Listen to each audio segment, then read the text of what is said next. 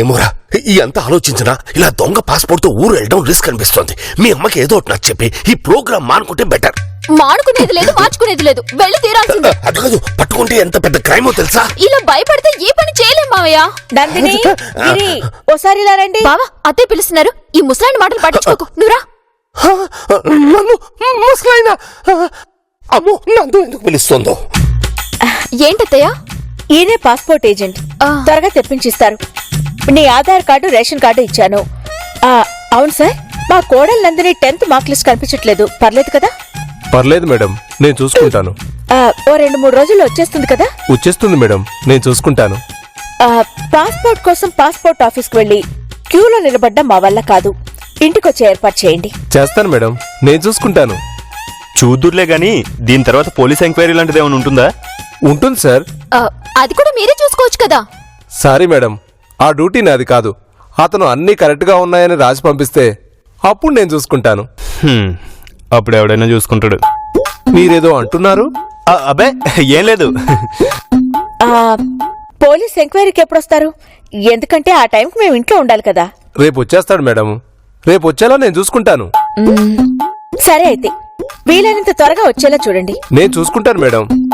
రేపు police verification అవగానే ఇక మీకు పాస్పోర్ట్ వచ్చేసినట్టే అనుకోండి. అలాగే. పోలీసులు వచ్చి ఏం వెరిఫై చేస్తారండి? డీటెయిల్స్ అడుగుతాడు అంతే సార్. అతనుకు 500-600 ఇస్తే సరిపోతుంది. మిగిలింది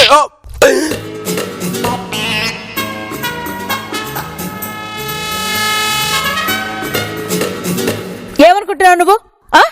మేమేదో డూప్లికేట్ సర్టిఫికెట్ ఇచ్చి ఫ్రాడ్ చేస్తున్నాం అనుకుంటున్నావా? అబ్బే, నేను అలా అనలేదు మేడం. ఏదో ఫార్మాలిటీ. అంటే లంచం ఇవ్వడం ఫార్మాలిటీయా? ఏ తప్పు చేయకుండా ఎందుకు ఇవ్వాలండి లంచం? వస్తాను మేడం. మీలో ఒక అపరిచితుడు భారతీయుడు కనిపిస్తున్నారు. క్లైమాక్స్ వరకు ఉంటే కుంభీపాకం క్రిమి భోజనం అనేటట్టున్నారు. వస్తాను. ఇడియట్. లేకపోతే నన్నే బెదిరిస్తాడా?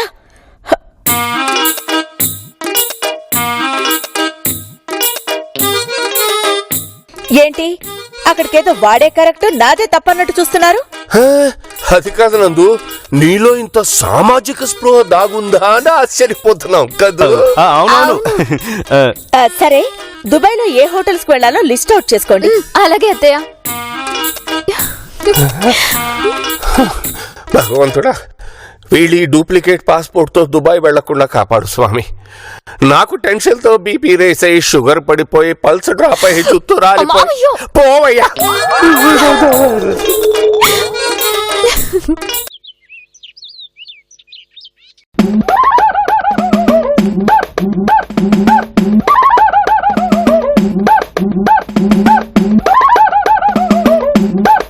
ఏంటి మావయ్య, కాలు కాలిన పిల్లిలా అలా తిరుగుతున్నారు? అది కాదమ్మా, ఇలా దొంగ పాస్పోర్ట్ తో దుబాయ్ వెళ్ళడం నాకు అస్సలు ఇష్టం లేదు. ఏం కాదు అన్నానా? అయినా మేమేమైనా బంగారమో హెరైనా తీసుకెళ్తున్నామా భయపడ్డానికి?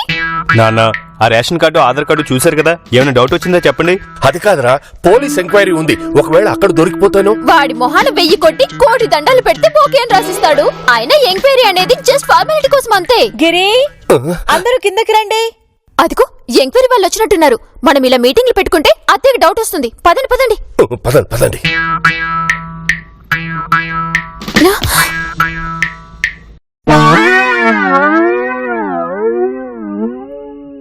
ఎప్పుడోకప్పుడు దొరక్కపోవే. భూమి గుండ్రంగా ఉంది, అది తెలుసుకో.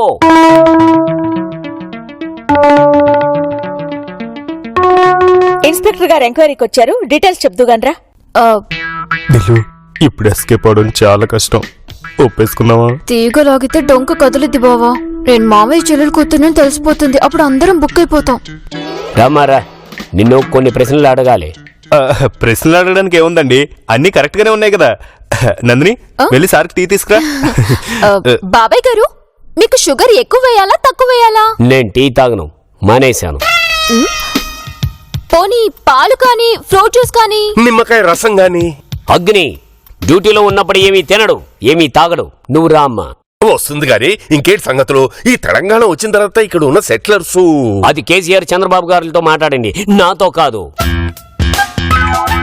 అయినా మీరేంటి అక్కడే నిలబడిపోయి మాట్లాడుతున్నారు? టీ వద్దన్నారు కదా. రా నందిని. వస్తున్నానత్తయ్య. మావయ్య అత్తయ్యని 2 నిమిషాలు లోపలికి పంపించు, ఆ తర్వాత నేను చూసుకుంటా. అలాగే అలాగే రామ్మా.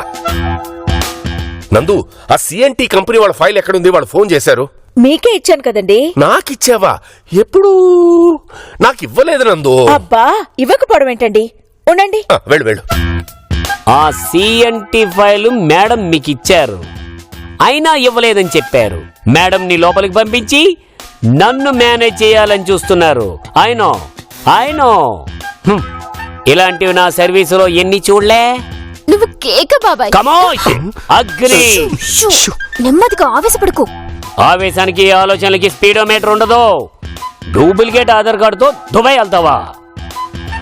సార్, పాపం చిన్నపిల్ల. ఈమె చిన్నపిల్ల నా జీవితాన్ని సర్వనాశనం చేసింది కదా. అది కాదు బాబాయ్. ఎవ్వడి నీకు బాబాయ్? నన్ను నడి రోడ్డు మీద నిలబెట్టావు కదా. 8 కోట్లు ఇచ్చాంగా, ఇంకెందుకు గించుకుంటారు? నో, నువ్వు నా మనోభావాల్ని దారుణంగా దెబ్బతీసావు. నువ్వు ఎన్ని కోట్లు ఇచ్చినా బ్యాలెన్స్ అవ్వదు. నువ్వు ఎన్ని ఎక్స్ట్రాలు చేసినా నేను లొంగను. నేను మీ ఇంటికి వెళ్ళాను, నీ original Aadhaar card, ration card తెచ్చాను.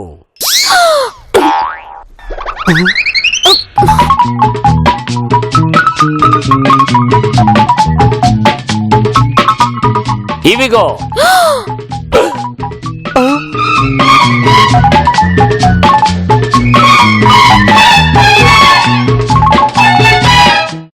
ఇప్పుడు నేను మీ అత్తతో చెప్తాను. డూప్లికేట్ సర్టిఫికేట్స్ సబ్మిట్ చేసినందుకు కనీసం 4 ఏళ్లు జైలు. చూసావుగా, పగ ప్రతీకారం తీర్చుకునే అవకాశం ఆ భగవంతుడు నాకెప్పుడు ఇస్తూనే ఉంటాడు.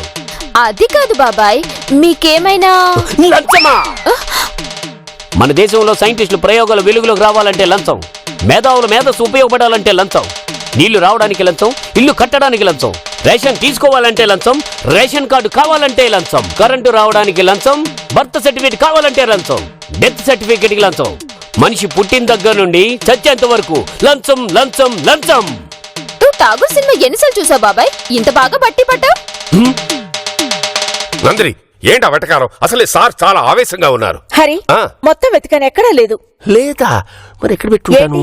మీరు ఇంకా వెళ్ళలేదు? ఎంక్వైరీ పూర్తి కాలేదా? లేదు మేడం, మీరు వచ్చాక మొదలు పెడదామని ఆగాను. చెప్పండి, ఎనీ ప్రాబ్లం? మీ కోడలే ప్రాబ్లం.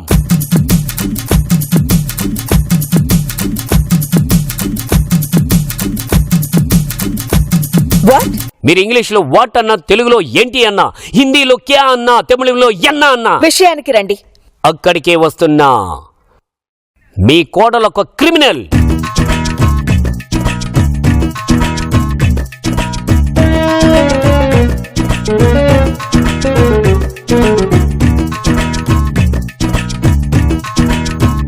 మీ కోడలొక ఫ్రాడ్. మీ కోడల్ని ఇలాగ వదిలేస్తే రియల్ ఎస్టేట్ వ్యాపారం చేసి దేశాన్ని చైనా వాడికి అమ్మేస్తుంది. ఏంటి నందిని, ఏం మాట్లాడుతున్నారీనా? దొంగ దొరికాక మాటలే ఉంటాయి, శిక్ష తప్ప. ఇంతకీ తను చేసిన నేరం ఏంటి?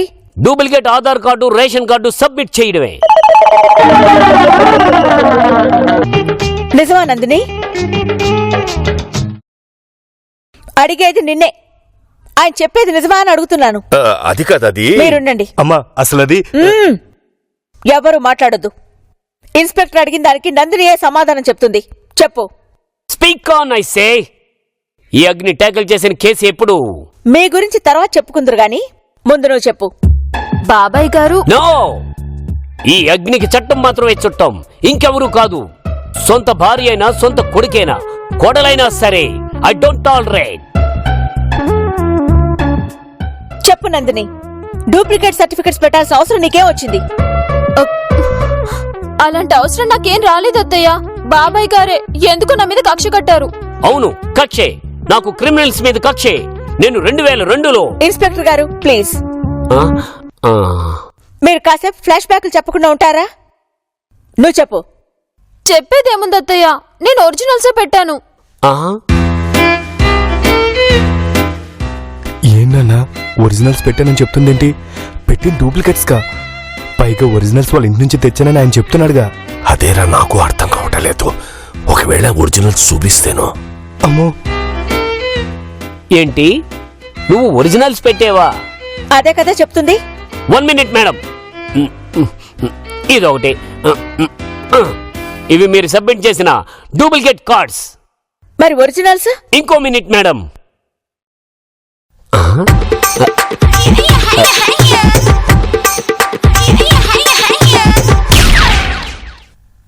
ఈ జేబులోనే కదా పెట్టాను.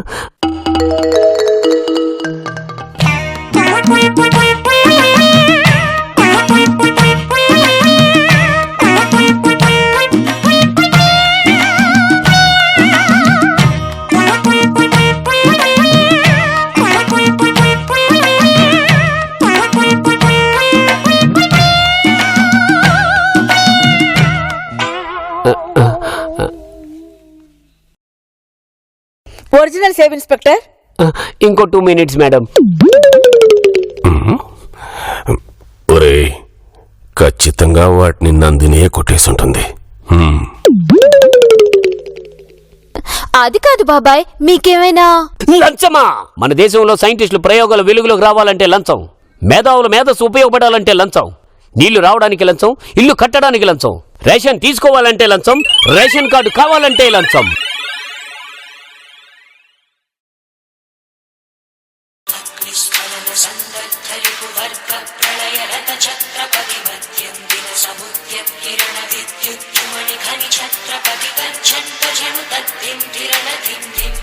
అంటే ఈ బాబాయ్ కాచాయని హస్బెండా? దొరికా బాబాయ్. చూసారా అత్తయ్య, కోడలి పద్మ మామగారినా అంటే మీ ఫ్రెండ్ కాచాయన అంటే మొగుడేనా? మిడిల్ క్లాస్ వాళ్ళలాగా మొగుడేంటి? హస్బెండ్ అనలేవు? అబ్బా, ఇప్పుడు స్టేటస్ గోల్ ఎందుకులే అత్తయ్య, చూడండి. మీరు కాచాయని హస్బెండా? అంటే తన కోడల్ని మనం అవమానించామని కక్ష కట్టి ఈ పెద్ద మనిషి నన్ను, అన్యం పుణ్యం ఎరగని నన్ను, పాలకి నీళ్ళకి తేడా తెలియని నన్ను, కందిపప్పుకి మినపప్పుకి తేడా తెలియని నువ్వు ఉండు నందిని. ఏమయ్యా, డ్యూటీలో పెద్ద సిన్సియర్ అంట, మరి ఇదేం పని? అమ్మా, నన్ను నమ్మండి. నన్నేం నమ్మకండి అత్తయ్య, మీ ఫ్రెండ్ వాళ్ళ ఆయన్నే నమ్మండి.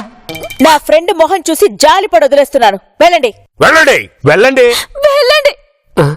ఏంటో తికమ చేసింది.